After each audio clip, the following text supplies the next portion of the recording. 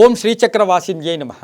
ನಾವು ಮನೆಯಲ್ಲಿ ಪೂಜೆಗಳು ಆಚಾರ ವಿಚಾರಗಳೆಲ್ಲ ಮಾಡೋದ್ರ ಜೊತೆಗೆ ಪ್ರತಿಯೊಬ್ಬರಿಗೂ ಅಷ್ಟೇ ಏನಾದರೂ ಆಗ್ತಾ ಇದೆಯಾ, ನಮ್ಮ ಮನೆಗೆ ಯಾರಾದರೂ ಮಾಟ ಮಂತ್ರ ಮಾಡಿಸ್ತಾ ಇದ್ದಾರಾ, ಏನಾದರೂ ತೊಂದರೆಗಳಾಗ್ತಾ ಇದೆಯಾ, ಯಾಕೋ ಮನೆಯಲ್ಲಿ ಕಲಹಗಳಿರುತ್ತೆ, ಪ್ರತಿದಿನ ಗಲಾಟೆಗಳಿರುತ್ತೆ, ಕೋಪತಾಪಗಳು ಜಾಸ್ತಿ ಇರುತ್ತೆ, ಬಂದಿದ್ದ ಆದಾಯ ಎಲ್ಲ ಕೂಡ ಖರ್ಚಾಗೋಗ್ತಾ ಇದೆ, ಮಕ್ಕಳು ಹೇಳಿದ ಮಾತು ಕೇಳ್ತಾ ಇಲ್ಲ.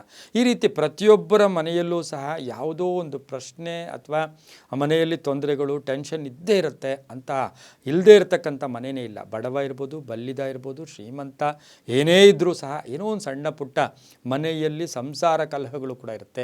ಇದಕ್ಕೆ ನಮ್ಮ ಶಾಸ್ತ್ರಗಳಲ್ಲಿ, ನಮ್ಮ ಪರಂಪರೆಗಳಲ್ಲಿ, ನಮ್ಮ ವಿಶೇಷವಾಗಿ ಪೂಜೆ ಪುನಸ್ಕಾರಗಳಲ್ಲಿ ಒಂದು ಬಹುಮುಖ್ಯವಾದ ಒಂದು ತಂತ್ರ ಇದೆ. ಅದುವೇ ಧೂಪತಂತ್ರ. ಧೂಪತಂತ್ರ ಅಂದರೆ ಮನೆಯಲ್ಲಿ ಧೂಪ ಹಾಕ್ತಕ್ಕಂಥದ್ದು. ಆ ಧೂಪ ಹಾಕೋದ್ರಿಂದ ಮನೆಯಲ್ಲಿ ಎಷ್ಟೊಂದು ಶುಭ ಆಗುತ್ತೆ. ಆದರೆ ನಾವೇನು ಮಾಡ್ತೀವಿ, ಯಾವಾಗಲೂ ಕೂಡ ಅತಿ ಸರ್ವತ್ರ ವರ್ಜಯೇತ್, ಯಾವಾಗಲೂ ಅತಿ ಆಗಬಾರ್ದು. ಅದು ಒಂದು ಶಾಸ್ತ್ರಬದ್ಧವಾಗಿ ನಂಬಿಕೆಯಿಂದ ಹೋದಾಗ ಭಗವಂತ ಕೂಡ ನಮಗೆ ಕೃಪೆ ಕೊಡ್ತಾನೆ. ಅದನ್ನೇ ನಾವು ಇವಾಗ ಧೂಪ ಅಂತೀವಿ. ಅದೇ ನಾವು ಚಿಕ್ಕ ಮಕ್ಕಳಲ್ಲಿ ನೋಡಿ, ನಾವು ಪೂರ್ವ ಕಾಲದಲ್ಲಿ ಗಮನಿಸಿ, ಸಾಂಬ್ರಾಣಿ ಅನ್ನೋರು ಸಾಂಬ್ರಾಣಿ ಹಾಕ್ತಾರಪ್ಪ, ಆ ಮನೆಯಲ್ಲಿ ಸಾಂಬ್ರಾಣಿ ಹಾಕ್ತಾರೆ ಅಂತ ಹೇಳ್ಬಿಟ್ಟು. ಆದರೆ ಮನೆಯಲ್ಲಿ ಬಾಣಂತಿ ಇದ್ದಾಗ, ಮನೆಯಲ್ಲಿ ಯಾರಾದರೂ ಮಗುವನ್ನು ಹಡೆದಾಗ ಆ ಸಮಯದಲ್ಲೂ ಕೂಡ ಅದನ್ನು ಉಪಯೋಗಿಸ್ತಾರೆ. ಅದು ವೈಜ್ಞಾನಿಕವಾಗಿ ನೋಡೋಕೆ ಹೋದಾಗ ಮನೆಯಲ್ಲಿ ಯಾವುದೇ ವೈರಸ್ ಅಟ್ಯಾಕ್ ಆಗಬಾರ್ದು, ಮನೆಯಲ್ಲಿ ಶುದ್ಧವಾಗಿರಬೇಕು. ಅದನ್ನೇ ನಮ್ಮ ಆಧ್ಯಾತ್ಮಿಕವಾಗಿ ತಗೊಂಡಾಗ ಮನೆಯಲ್ಲಿ ಶುದ್ಧಿ ಆಗುತ್ತೆ.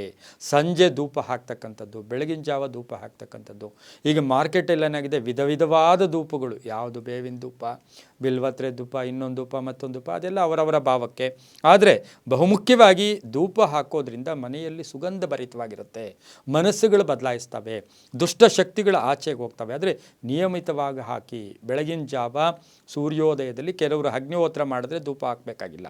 ಅಗ್ನಿಹೋತ್ರ ಮಾಡದೇ ಇರೋರು ಒಂದು ಧೂಪ ಹಚ್ಚತಕ್ಕಂಥದ್ದು.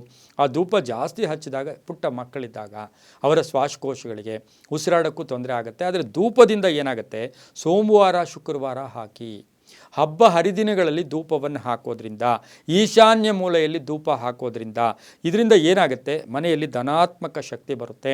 ಆಯುರ್ವೇದದಲ್ಲೂ ಕೂಡ ಧೂಪದ ಮಹತ್ವ ಬಹಳ ವಿಶೇಷವಾಗಿದೆ. ಕರ್ಪೂರ ದೀಪ ಇರ್ಬೋದು, ಹಾಗೆಯೇ ಧೂಪ ಇರ್ಬೋದು, ಇದನ್ನು ಹಚ್ಚಿದಾಗ ಮನೆಯಲ್ಲಿ ಶುದ್ಧಿ ಆಗುತ್ತೆ, ವಾಸ್ತು ದೋಷಗಳು ಹೊರಟೋಗುತ್ತೆ. ಅದು ನಿಯಮಿತವಾಗಿ ಧೂಪ ಹಾಕ್ಕೊಂಡಾಗ ಭಾಳಷ್ಟು ಒಳ್ಳೆಯದಾಗುತ್ತೆ. ಯಾವುದೇ ಒಂದು ಹೊಸ ವಸ್ತು ತಂದಿದ್ದಾಗ ಧೂಪ ಹಾಕಬೇಕು. ಈಗ ಕಾರು ನಾವು ಹತ್ತಿರ ಅದಕ್ಕೆ ಒಂದು ಸ್ವಲ್ಪ ಧೂಪವನ್ನು ಪ್ರೋಕ್ಷಣೆ ಮಾಡಿದ್ದೆ ಆದರೆ ತುಂಬಾ ಒಳ್ಳೆಯದಾಗುತ್ತೆ. ಮನೆಯಲ್ಲಿ ಆಗಾಗ ಆ ಹಾಲು, ನೀವಿರ್ತಕ್ಕಂಥ ಹಾಲು ಮಧ್ಯ ಬ್ರಹ್ಮಸ್ಥಾನದಲ್ಲಿ ಒಂದು 5 ನಿಮಿಷ ಧೂಪ ಹಾಕಿದ್ದೆ ಆದರೆ ನಿಮಗೆ ತುಂಬ ಧನಾತ್ಮಕ ಶಕ್ತಿ.